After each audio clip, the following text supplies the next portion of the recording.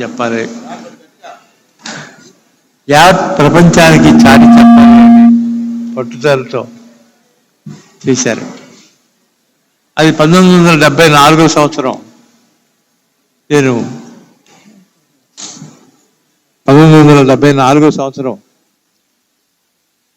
నేను ఓసీత్ కథ అనే సినిమా తీయడానికి మద్రాసు వెళ్ళాను. కానీ నా ముఖ్య ఉద్దేశం అన్న ఎన్టీఆర్ గారితో సినిమా తీయాలని, ఒక్క సినిమా తీసినా చాలు ఆయనతో అనే ఉద్దేశంతో వెళ్ళాను.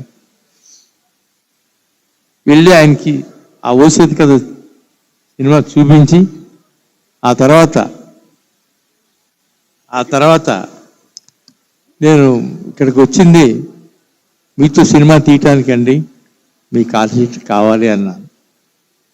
నువ్వు నాతో, ఇప్పుడు నా పరిస్థితి ఏంటో నీకు తెలుసా? అసలు నువ్వు ఇట్లా వచ్చి పాడైపోవటం నాకు ఇష్టం లేదు, నువ్వు వెళ్ళిపో అర్జెంటుగా అన్నారు. లేదండి నేను వెళ్ళను, నేను మీతో సినిమా తీస్తే అని వెళ్ళను అని అలాగే భీష్మించు కూర్చున్నా.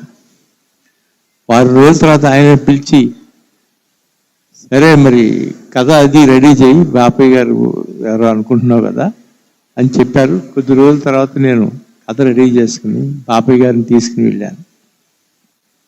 ఆ తర్వాత ఆయనకి ఆ కథ నచ్చింది.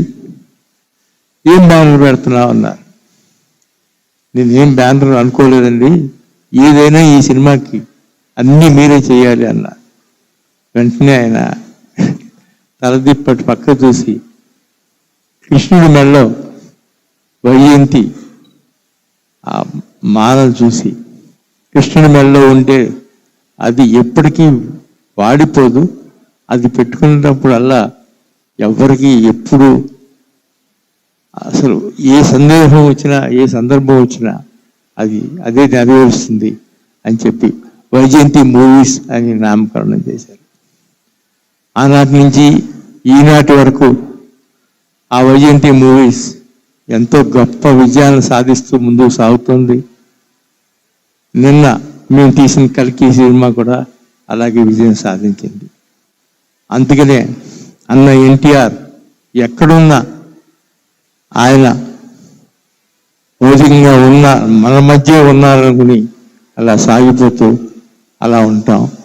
అందుకని ఈ సందర్భంగా ఆయనకు ఒక్కసారి మరొకసారి తెలియజేసుకుంటూ సెలవు తీసుకుంటున్నా.